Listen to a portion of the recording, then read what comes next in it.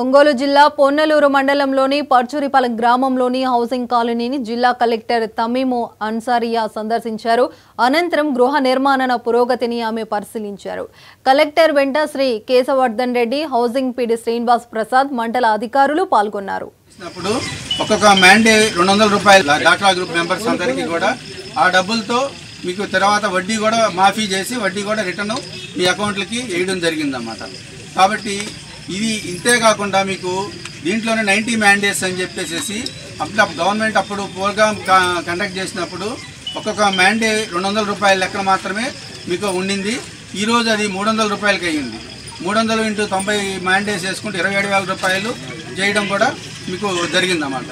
ఈ విధంగా అన్ని వెసులుబాట్లు కల్పించారు.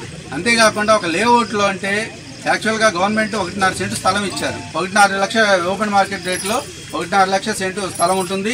అంతేకాకుండా మీకు ఈ లేఅవుట్లో ఒక కరెంటు స్తంభం వేయించుకోవాలంటే మీ ఇళ్ళ దగ్గర కానీ ఏదైనా కానీ చాలా ఇబ్బంది పరిస్థితి, చాలా డబ్బు కట్టాలి కరెంటు డిపార్ట్మెంట్కి.